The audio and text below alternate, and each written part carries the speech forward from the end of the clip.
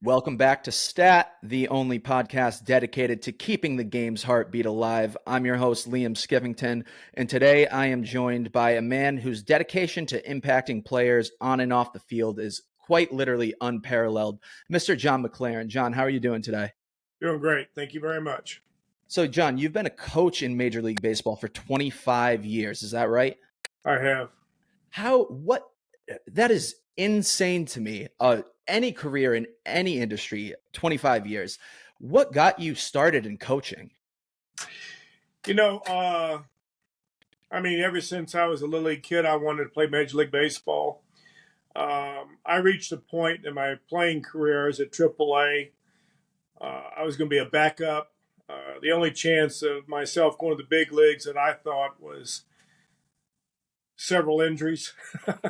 So I thought it was time for me to regroup, take another route to the big leagues, and Pat Gillick, who I'd known from the Houston Astros organization, went to the Toronto Blue Jays, and I was one of the original hires over there. I started November of 1976, and I started from the ground floor. I scouted amateur in Southern California for 2 years, Texas 2 years, managed a rookie team in the summer, and started managing. Got up to Double A. Went to Venezuela for 7 years. Went to Colombia for 2 years. So I think that really helped my career to go to the big leagues by going to these foreign countries. In the meantime, I got such a tremendous passion for international baseball to this day, and I love traveling the world. I love teaching the game. I'm kind of going to go out on my own terms, so to speak, and I'm real happy where I am in my life and my career. How difficult was it for you as a player, John, to come to that realization that, okay, my dreams of being in the big leagues as a player are probably over, but here's the other avenue. What was that? And did you have a conversation with someone about that and about your Oh, path forward? I had conversations with several people, and uh, almost every one of them said, "Go with your gut," and my gut told me, um, "Let's go. We got a chance to start with a expansion league team. I can grow with them," which I did. I ended up coaching 5 years in Toronto, which was a terrific city organization. It was fabulous.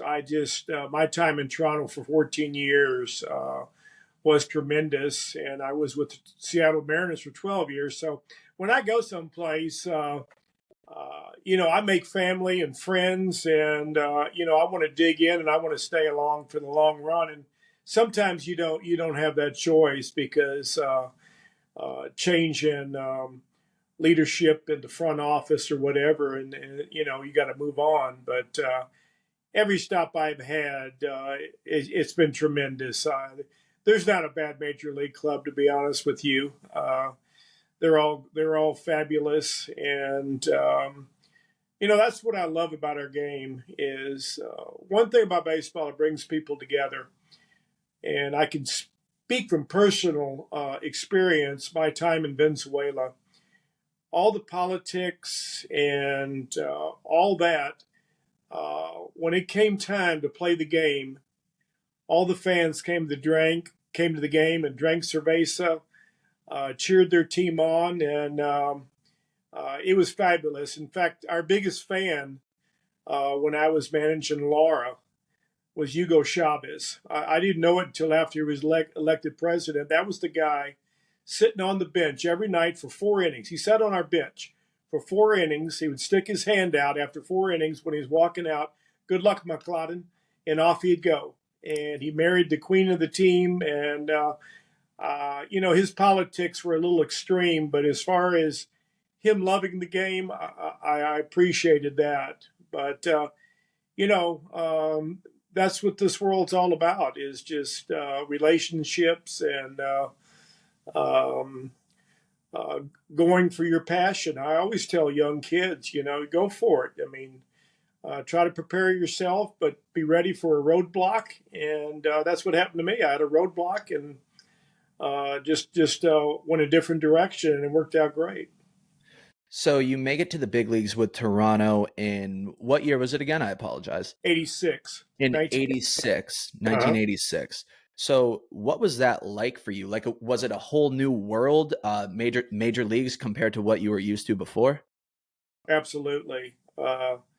We had tremendous players. I mean, we had Jesse Barfield, and Lloyd Mosby, and George Bell, and Fred McGriff, and Cecil Fielder, and Kelly Gruber, and Tony Fernandez. And I can go on. Dave Steeb, Tom Hinkie. I mean, we had tremendous players, and we won the American League East in 1989, and that was tremendous. You know, being in the playoffs, playing for the American League Championship, that's what baseball is all about.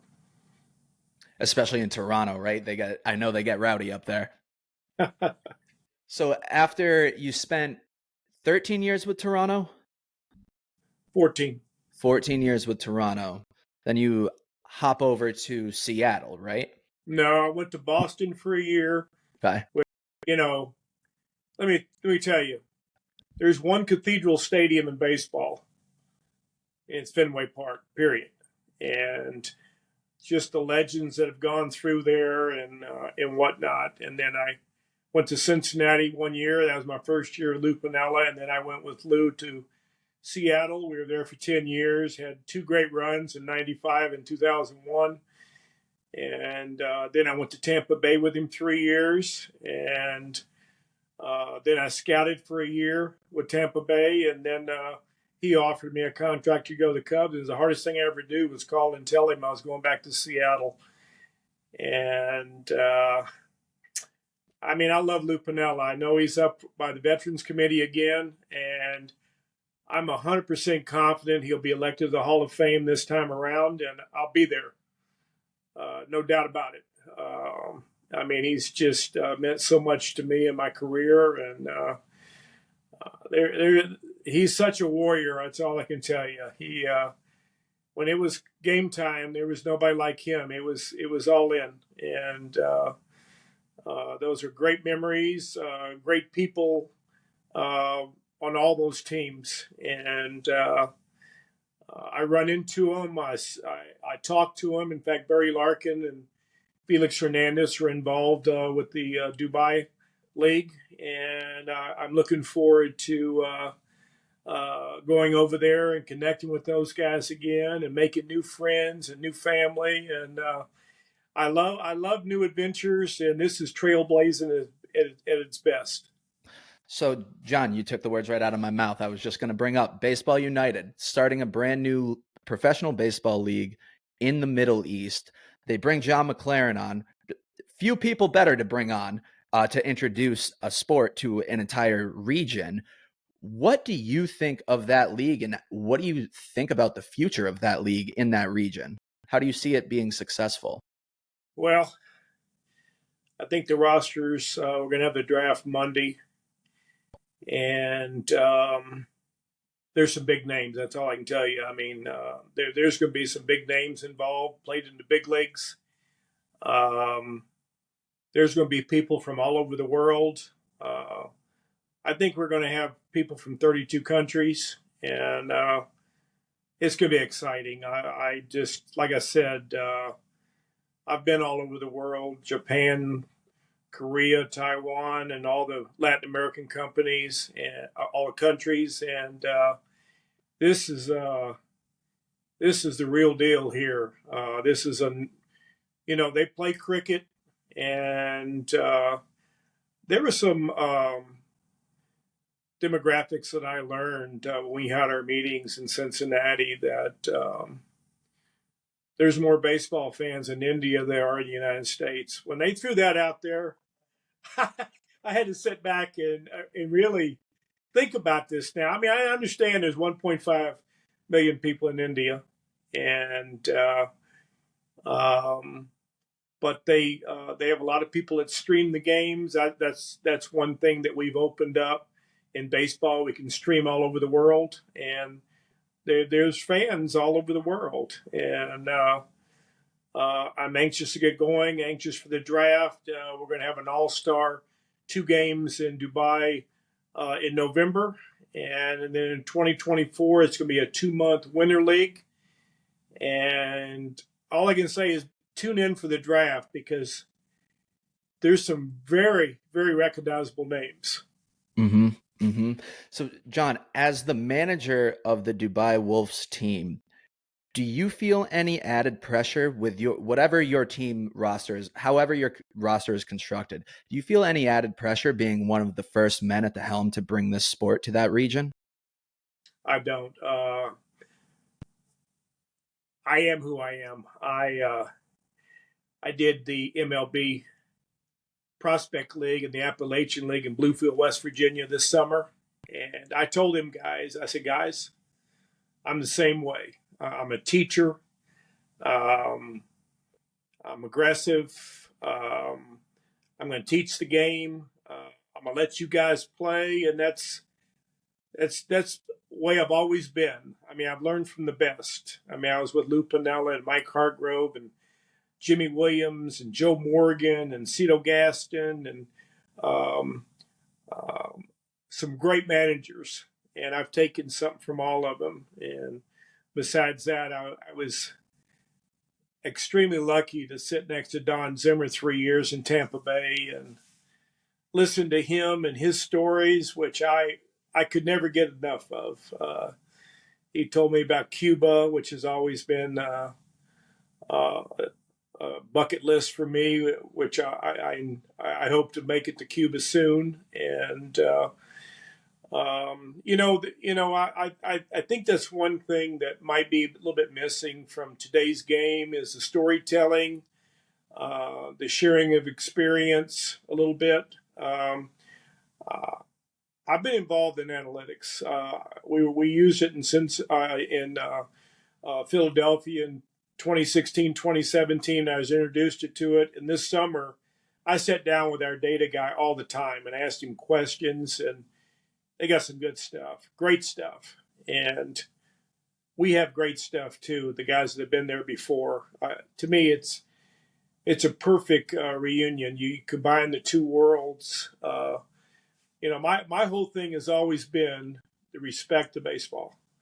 I don't care what side of the ledger you're on, as long as you show the game respect, I'm with you.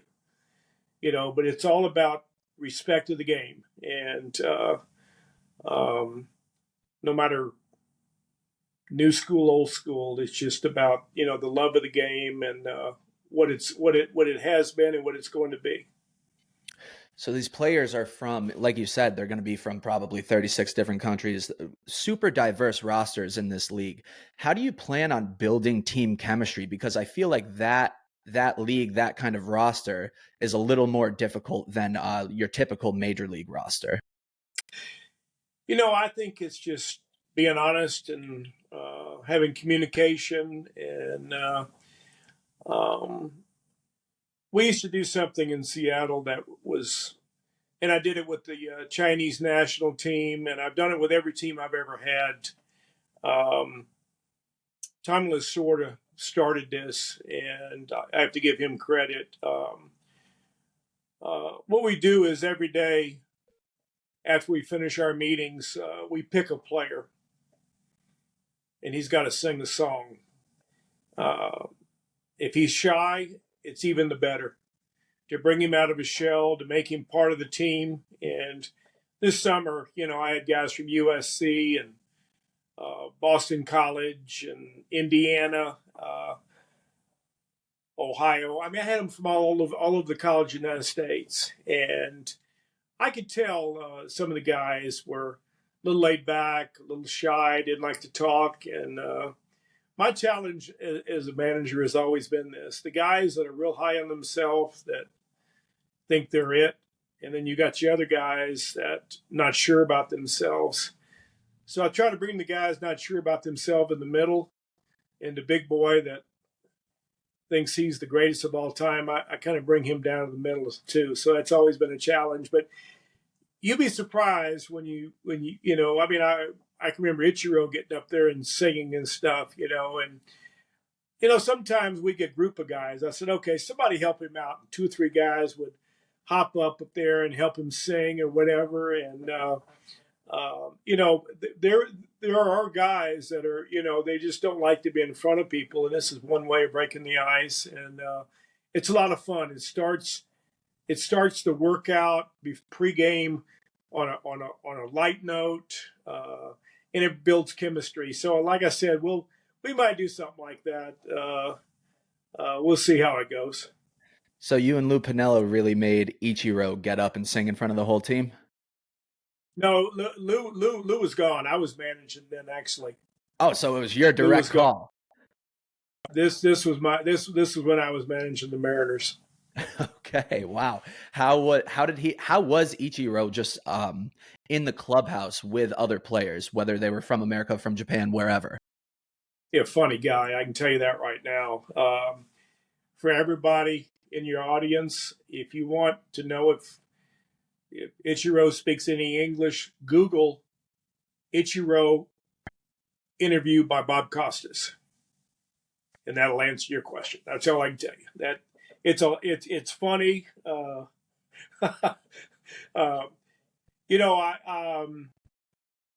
was lucky. I saw Ichiro when he came over in 1999, and he was on loan from Japan, and all he did was play 5 spring training games. So it gave us a preview of Ichiro, and I was the point guy. That's where I got to know him, and that's where I built a real strong friendship with him. I would tell him and the interpreter every day what we're going to do, how we're going to do it. And then when he came back in 2001, he kind of knew what was all about in the clubhouse. He had already been in there. And, Boone and, 99 Griffey was there, and A-Rod was there. And it just makes you wonder what could have been, because if you really look at things, not to get too far off course here, but 98, we traded Randy Johnson to Houston. 99, we traded Griffey to Cincinnati. In 2000, A-Rod left as a free agent. And then 2001, we won 116 games. Now, how does that add up? We lost, arguably, the 3 best players in all of baseball, and then we won 116 games. So that's what I mean sometimes. You say, oh, this could be an easy game for this team tonight. There's no easy games, and there's no givens. That's one of the beauties of baseball. So you mentioned Ichiro, you mentioned Ken Griffey Jr., Randy Johnson, all these talented players on this team. John, can you talk to me a little bit about the routines of each of those players and how they went about their business? Because surely it had to have been different than your average player. All different. Starting with the big unit, great competitor, real hard worker. I don't think people realize how strong he really is. I mean, he's a strong man. Days he pitched, stay out of the way. Just let him do his thing. And I felt good. The days he pitched, I felt great because I knew we were going to win. We had that attitude when Randy Johnson pitched, it was over. It was done. Ken Griffey Jr., great guy. For a superstar, he gets along with everybody. He's got a wit about him. I asked him because he'd always be at the clubhouse like me, and I'm a degenerate. I mean, I get to the clubhouse at noon, and I'm just a creature of habit. I do my thing, work out, have a sandwich, do reports. I like to just take my time, and him and I'd be the only guys there sometimes, especially on the road. And I said, why are you here so early? He says, well, I'm not like you. I can't go to the mall. He says, people follow me around, and if you sign one autograph, you don't sign them all, you're going to have a problem. So, being a superstar, he was unreal, the way he handled himself. And I have never seen anybody in my life do the things that he did, especially special occasions. On this Make-A-Wish Foundation, I've seen him hit 3 home runs for those kids. On his mother's birthday, it's things like this. He just had the uncanny ability to do something great. And I love being around him. A-Rod, nothing but positive thoughts about A-Rod. I know things changed when he left Seattle. He left some of his mentors, and Edgar Martinez and Jay Buhner and Ken Griffey Jr. But as far as him, the way he treated me, and one thing that he did more than any young player I'd ever seen in 26 years in the big leagues, he asked questions about players before him, what they were about, what was so good about them besides their stats. He wanted to be the best player in baseball, and tell you what, if he wasn't, he's pretty dang close to it. And I know some things happened. Let me just say that whole era was tainted, and I hate to single out 4 or 5 players, and there's not a bigger Roger Clemens fan than me. We're both from Houston. I coached him in 1991, and let me tell you what, if he's not a Hall of Famer, I don't know what is. There's all speculations and all that, and I'll defend Roger to the hilt. And everybody they just said, well, this guy for sure was on steroids. This guy for sure, who was on steroids and who wasn't, except for a failed test. And I just think some of them guys that got singled out, that Mitchell report was unfair, because you'd be surprised some of the guys were on steroids and then some of them that weren't. It would boggle your mind a little bit. And Jay Buhner is probably one of my favorites because we're both from Texas, both from Houston. Tremendous guy. I mean, him and Griffey were neighbors, and they were so two complete opposite people. I saw Ken Griffey's induction to the Mariners Hall of Fame, and he said something about Jay at the very end, what was as touching I've ever seen. And he said, and the last person, Jay. And he turned around and looked at him. And he went on to say that we were so opposite. I got 50 speakers in my car. I listen to rap music. He wears cowboy boots and belt buckles, and he's a cowboy.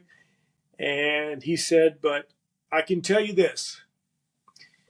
If something happened to Melissa and I, besides my parents, the person I'd like to take care of my kids is Jay Buhner. So that was pretty spectacular. To make something, just tell you what kind of relationship you had with Bone like that. But he was a tremendous guy. And Edgar Martinez, just pure class. One of the greatest strokes in the history of baseball. And just his work ethic and his routine. I can remember the opposing team would be in the dugout and they would watch him do his routine and then they'd leave. They'd watch how he would do batting practice because he was such a great hitter. And, guys like Brett Boone that were just witty, tremendous talent. We just had different personalities, but I think that's what made our 95 team and our 2001 team. We had great talent, Mike Cameron, Mark Backlemore. I mean, we had great players, but it was the people. That's what made it special. What about the fans in Seattle, John? We really don't hear too much about the Seattle fan base nowadays. What's your memory of them? I first got there. There was 2,500 in the stands, and some guy would yell. He would go all over the kingdom. You could hear it from one side to the other. And then we go to 95 in September, and there was 55,000 every night. And I remember seeing this sign in center field. It was just Lou Pinella on the bench. Some of the players were down the baseline getting loose, and it said "refuse to lose." I said, "Lou, what a neat saying!" And we kind of wrote that thing, and it worked for us. And that was a tremendous series against the Yankees, coming back like we did, and it was disappointing in 2001. And I'll tell you a quick story about 2001. We never thought we were going to lose. We were never out of a game. When we left spring training, we didn't know what kind of team we had. Had no idea. We didn't know if we were a 500 club or what. We certainly didn't even think about 116 wins. Lou was concerned. He was concerned about Ichiro. He didn't think he could turn on a fastball until he finally addressed it. We were walking out to a spring training game one day. He told a translator, he said, "Ask Ichiro, does he ever turn on the ball?" And Ichiro goes, "Sometime." So we played that day, and he hits one about 450 feet, and he gets to the dugout. He takes his helmet off. He looks down at Lou. He goes, "Is that turn on ball, Lou?" And it was just a moment. You know what I mean? There's just certain moments that you'll always remember, and that was a moment. And we came out of the box, and we never stopped going. So now 9/11 hit. And we're working out at an empty stadium. It was depressing, really. I mean, you weren't sure what was going on. So we go to New York in the last playoff game that we lost. We went to ground zero, and that was a special moment. We took two buses and we went to the fire station. First responders first, and when Lou Pinella walked into that fire station, there wasn't a dry eye in the whole station. They were, all of them were Yankee fans, and they loved Lou Pinella from his days with the Yankees, the way he played the game and the way he did so well. And so we went from there to ground zero, and they let us off the buses, and we took vans inside ground zero. Never forget it.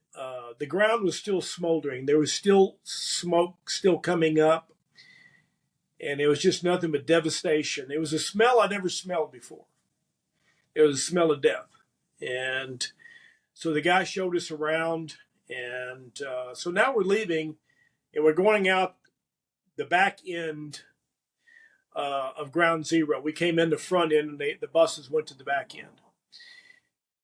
And there's a chain link fence, and there was teddy bears, there was rosaries, there was photos. It was unbelievable. And then you look up, and there's the Statue of Liberty right there. I mean, it was just a memory I'll never forget. So now we go to Yankee Stadium, and we got the Irish tenor singing the national anthem. And when he's finished, this eagle flies in from center field and lands on the pitching mound. And it was surreal. I mean, everything that was going on and stuff. And I don't make excuses. The Yankees, it was their time. Fate, it was there. And we just didn't get it done. And it was an incredible season. It didn't end the way we wanted it to, but it was a special group of guys again. And there was a lot of big years that year from a lot of people. And, another great memory. And then back to the fans, great fans, loyal. They supported us no matter what. And it's been a long time coming. Last year, first time they made the playoffs since 2001. And they're great sports fans. They were always supportive of me, even in bad times, and I appreciate that. And I hope they see a world championship there soon. I'm sure they hope the same. I'm sure they hope the same. John, let's go back to Lou Pinella for a minute, if you wouldn't mind. I want to kind of get into your head about what you thought of his coaching style and what you took away from him. Lou Pinella, to me, is three people rolled into one. George Steinbrenner, lead, follow, or get the hell out of the way. Billy Martin, win whatever it takes. And Casey Stengel, smart and witty. And he's these three guys rolled into one. Lou's a warrior. There is nothing about him that's fake. His competitive spirit is second to none. He's all about winning. He's a little crude at times. I think one of the maybe negatives that has been thrown out about him is his handling of young players. And being his bench coach, I tried to help him any way I could. So, I'd ask him. I said, "Hey, Skip, man, you're tough on this guy, man.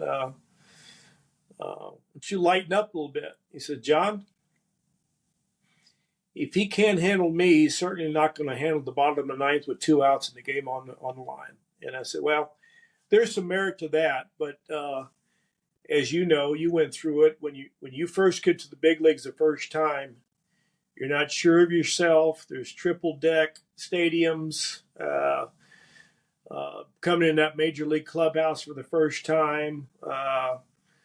It's quite an adjustment. A lot of guys, it takes 2 or 3 times to come up and down to get used to finally getting on that level. And I just, I've got a million Lou Pinella stories, and one of them I like to share. We're playing the White Sox in 2000, and we're playing in Chicago. And we had a note that one of their catchers, when he set up way outside with a runner on first, he was going to pitch out. It was dramatic. You could tell on deck, at first base, anywhere. So Mike Cameron leads off the top of the 9th inning in a tie game. And Lou Pinella is yelling at Johnny Moses, the first base coach, and to Cameron, hey, and he can't get their attention. So he walks out to the first base coaching box, and he calls Cameron over. And there's about a minute discussion. He walks back. First pitch is a pitch out. Second pitch, Cameron steals second base. Base hit, we won the game. So now I go in Lou's office after the game. What in the hell am I going to tell the media that I'm out there? Well, what am I doing out there? I said, "Lou, tell him you saw that ticker out in left field and Cisco Systems was a goodbye." And what is humorous to me is Lou and I both did stocks a little bit, and him a lot more than me. But I had Cisco Systems, and it was a great stock, but it was just sputtering. So I thought of Cisco Systems, and in my mind, I said, "Hell, we'll give them some exposure and get them some." On national TV, Lou's going to mention their name and stuff, which doesn't make a difference at all. But to me, it did. So media came in, and Lou, what in the world are you doing out there? He said, "I gave Cameron a stock tip, and I think he's going to use it." And so that's all. That's been one of my Lou stories. And one of the things that I did, I tried to calm Lou down. There was days when he walked in with a 3 or 4 day beard, looked like he hadn't slept. I said, "Okay, see what you can do to kind of neutralize him, get him calmed down, and get him relaxed a little bit." And so there were certain days. What I would do was I would mention George Steinbrenner. He had great George Steinbrenner stories. I would mention Yogi Berra. I'd mention Reggie Jackson. And if he didn't bite at those things, start telling those stories, I'd walk in the coach's room and I said, "Boys, get your seatbelts on because this could be a long ride tonight." And um, no, he was quite a guy. Like I said, him like Joe Torre had great careers besides great managerial careers. So, like I mentioned earlier, I can't wait to December that he gets in, and I'll be in Cooperstown, no question. Uh, I actually tried to call him yesterday, and Lou's not a phone guy. uh, he's got a voicemail. I'm not sure if how much he listens to it, and he doesn't text much, so it's a hit or miss. You either get him or you don't. But he's had some health issues, and I think he's doing a lot better. He's getting a lot stronger. Glad to hear that. Yeah, so I need to call him next couple of days just to catch up and let him know I'm thinking of him, and that I'll definitely be in Cooperstown. So It's a beautiful sentiment, John. So let's pivot a little bit to Don Zimmer, another great coach that you've coached with. What did you take away from him, and what did you think about his approach to coaching? I'd ask him a question, and he looked at me, and he's got these big eyes. He says, "Do you want my answer?" I said, "Well, yeah." He says, "You might not like it." I said, "Well, okay." He took a liking to me. Um, I don't know why, but I know he got me an interview for the Dodgers job, manager's job, and he was always very supportive. My wife and I still get a Christmas card from his wife Soot. I loved talking to him about the Brooklyn Dodgers, about Jackie, Pee Wee Reese, Roy Campanella. It was just that was a great time in baseball, and them and the Yankees were the best teams in baseball. And we talked about them moving to California and everything, and Brooklyn was a special, special place. And no, just we would talk baseball. He loved talking baseball. Um, he would try to help anybody, but he had a certain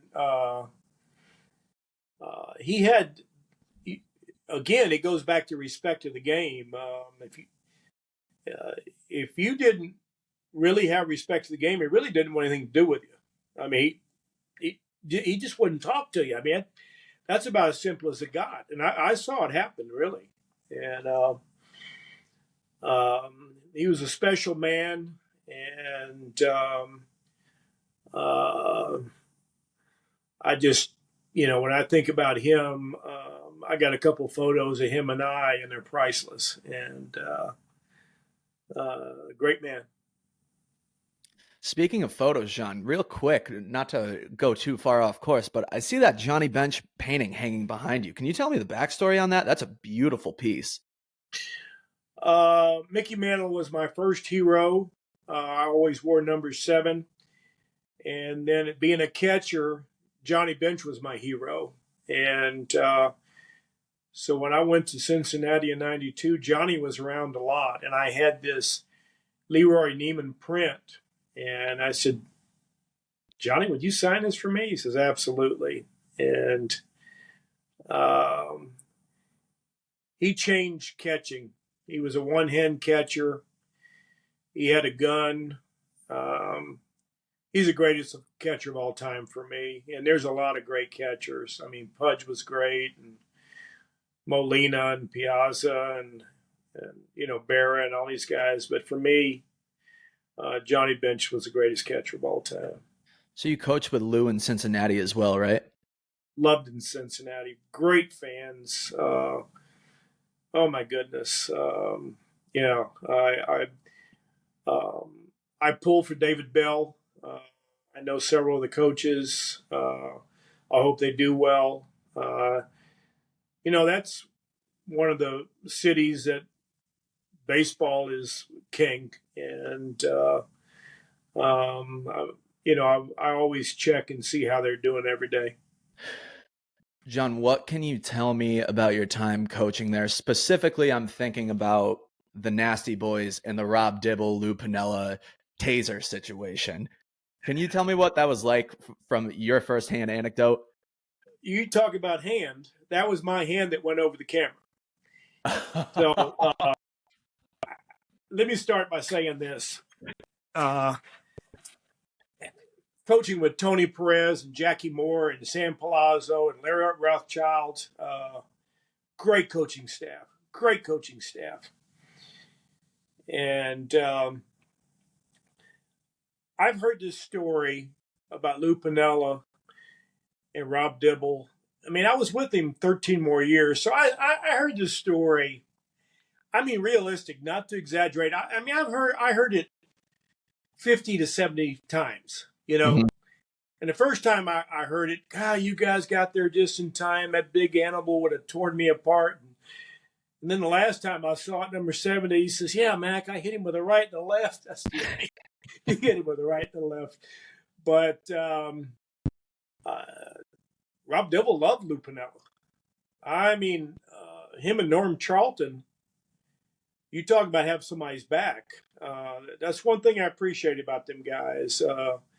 Being around Barry Larkin, one of the most athletic athletes I've ever seen on the field. I mean, we think of Bo Jackson and Dion, but I'm going to tell you what, Barry's not far behind him. Great athlete. Just so many things he could do, just natural, God-given ability. And Paul O'Neill was just getting his game together, and Chris Sabo. Oh, you talk about somebody coming to play every night. He's involved in our Dubai. He's managing one of the teams. He's managing Mumbai, I think. You The talk about Cobra. somebody coming to play every night. Oh my goodness! And we had Bip Roberts, and I, I was a bullpen coach, and so we're in spring training. We're playing the first week in spring training, and we're at home, and we're in Plant City, and it's an ESPN game Sunday night. Um, and they get this great big balloon. I'm sorry, it was a day game. It wasn't a Sunday night. It was a Sunday afternoon, and they got this great big air balloon, And, I'm just getting to know guys and stuff. And, Charlton was from Rice University, and we had some mutual friends. And, I've known Norm. And so these guys start throwing baseballs at this balloon. And I said, wait a minute. I only got a certain amount of baseballs to use. And I said, you're throwing them all up in the air, and please, and I said, thank God you guys don't have a gun. And Norm says, well, I got one in my locker. I said, wait a minute, time out. Wait a minute. I mean, the thought crossed his mind, trust me, to shoot that balloon. But those two guys,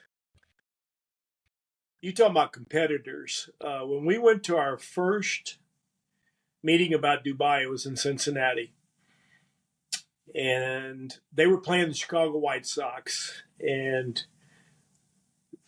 this is kind of a twofold story, but it's so we're up in a box. We got our own box, and there's like 50 of us in this box. And I get a text, come to box 217. I said, who is this? He said, don't worry about it. It's come to box 217. So I go box 217, and there's Randy Myers and Norm Charlton and Rob Dibble, the Nasty Boys. And it was great seeing them. So I brought some of the guys with the Dubai front office to come over and meet these guys and take photos with them and stuff. So Elvis Andres is one of the investors in the Dubai league. Mm-hmm. And he's playing for the White Sox. So we had a meeting that morning, and he was there. Guy was impressed with this guy. I mean, sharp, and the questions he asked. And, he told everybody that he appreciated them letting him be part of the group, that, that his baseball career was winding down, and he loved the game. And, you know, he was interested in doing something after baseball, but he was more interested in being around uh, our staff, Cash and John, and all these guys, about business and how to organize things. I mean, it was incredible that he was thinking this way, So he's leaving the meeting. It's like 11:30, and he's going to go to the ballpark and have lunch and all that kind of stuff. So one of the guys says, "Steal us a base." He says, "Okay, I don't know if I'm playing, but okay." So, well, he's playing. So his first at bat, he gets on first, and we're all up there and hooting and hollering and stuff. And he takes off first pitch, and they fouled it off. And we're going, "Oh my goodness, he had that stolen easy. He had that stolen easy." Ball one, ball two, and then he steals second base, and he's up there waving at us and stuff. And it was such a cool moment. So fast forward to the seventh inning, and he hits a 2-run home run, and he hits it, and he points up at us, and he gets it home plate, and he points it at us again. And it was just another moment, it was just so special. And, he's just, I'm anxious to be around him some more, and talking with him and all these guys. I mean, our second meeting in Cincinnati, Nick Swisher was there. I mean, you talk about energetic, full of life, hit of the party. I mean, this guy, he's smiling all the time.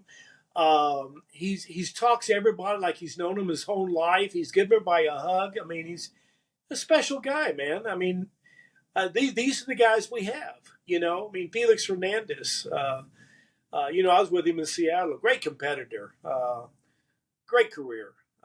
Really proud of him. And Adrian Beltre. He'll be, he a Hall of Famer. Great career, 3,000 hits, one of the hardest workers I've ever seen in my life. Another tremendous guy. So we got quite a crew, and to spend time with them, to play games, let the good times roll. That's all I can say. I'm an international guru, and I just can't wait for this to, starting Monday with our draft, and then announcing our all-star team, and before you know it, we'll be in Dubai, and then we fast forward, and we're going to have a 2-month winter league in 2024. John, so how did you get connected with Baseball United? Everyone I've talked to has name dropped one person, so I'm going to see if you name drop the same person. Okay. Well, when I wasn't coaching, I did 5 or 6 academies in Europe for Major League Baseball. Mm-hmm. It was myself, and Barry Larkin was there every year, and Dale Murphy, and Lee Smith, and Bruce Hurd. We had a great staff every year. And when I was in Tampa Bay, we were looking for somebody in Mexico, and Eddie Diaz. Yep, that's it. That's it. Eddie Diaz came to mind, and I recommended him to Tampa Bay, and they hired him, and he was there for 10 years. And fast forward, he didn't forget me, and he reached out, and we connected. And he's like me. He's a very loyal, passionate guy. And let me tell you what, this guy is a Renaissance man. This guy has won 2 or 3 Caribbean World Series from Mexico. He's from the Dominican Republic. He played. He's been a boxing promoter. He's been an agent. He manages in Mexico. He's scouted for Tampa Bay. This guy can do it all. He's a very intelligent man. He's delightful to talk to. And one of the highlights of my trip to Dubai will be having coffee with Eddie Diaz every morning. just talking about baseball. John, before I let you go, first of all, thank you so much. I have to say, this has been my favorite conversation I've had so far in this series. Thank you so much for your time You hadn't today. had very many, huh? Yes, yep.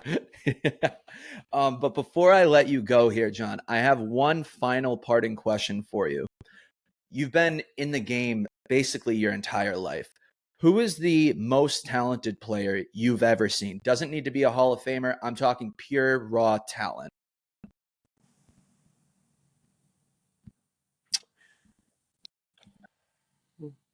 Probably Bo Jackson. I would say the most exciting player I've ever seen is Willie Mays. Best arm I ever saw was Roberto Clemente and Ellis Valentine. Um, I got to put King Griffey Jr. in there. I mean, um, I got to put Ichiro in there. I mean, if Ichiro had to play them years in Japan, I mean, hits you think he would have had. You know what? Because of my job and the paths that I've crossed, just to give you an example, I was coaching in Boston, and it was a 50th anniversary for Ted Williams and Joe DiMaggio. Mm-hmm. Let me see. That's a picture of them hugging at home plate. Can you see it right here? Yep. Yep. Awesome. Okay. Great picture. So I'm in my locker and I'm having a cup of coffee. It's 8 o'clock in the morning, 9 o'clock. We're not hitting that day because all of this festivities. And his big hand's on my shoulder. And he goes, John, Ted Williams. I went, oh my God. He knows my name.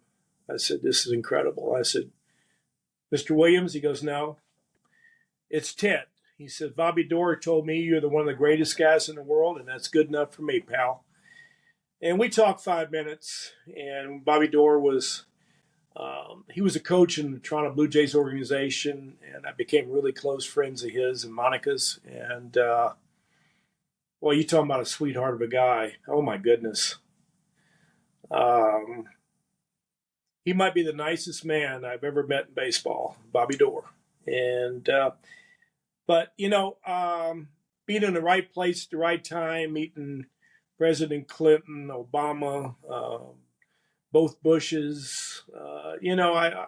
I don't meet these people at baseball. I know that.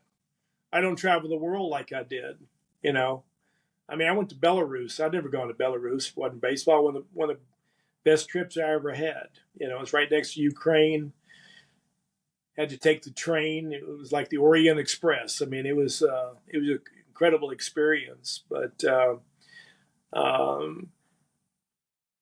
that's why I'd like to do enough in baseball just to get my baseball fix because I still have fire inside of me. I really enjoy teaching the game of baseball and trying to share any experience that I've had in the game with advice, anything, to try to give a young kid a better chance. And when I do clinics, the first thing I do is I address the fathers. I say, guys, this is not about you. This is about your kids. And you coaches out there, this is for the kids' resume. This isn't about your resume. And like I tell everybody, I don't care about my resume. It's over with.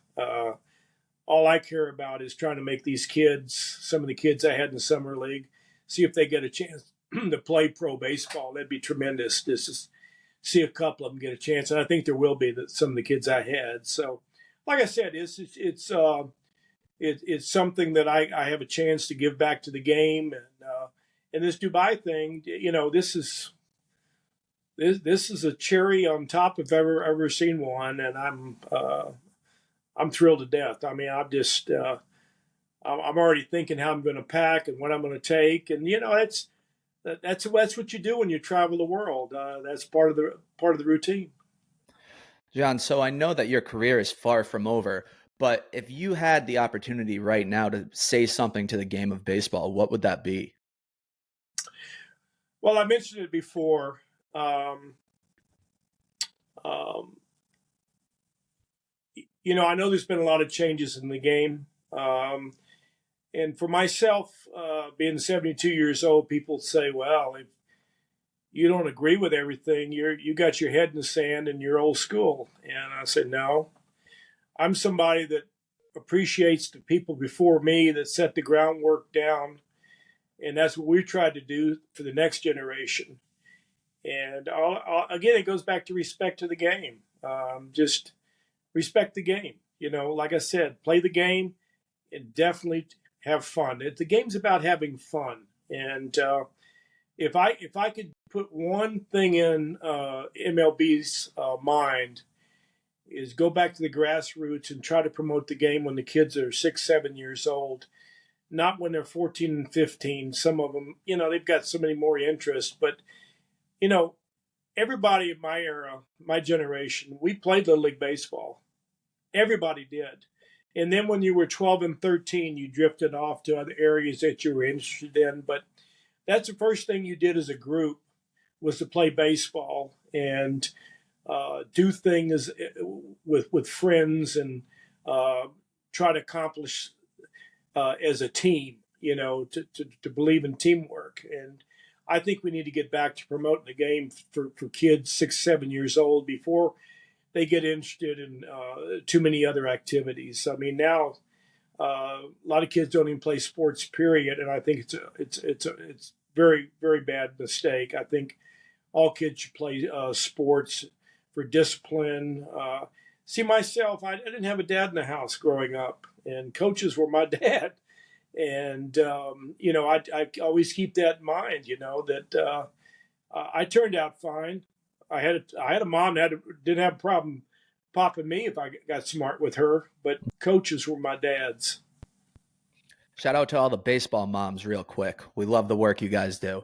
John McLaren, thank you so much for joining us.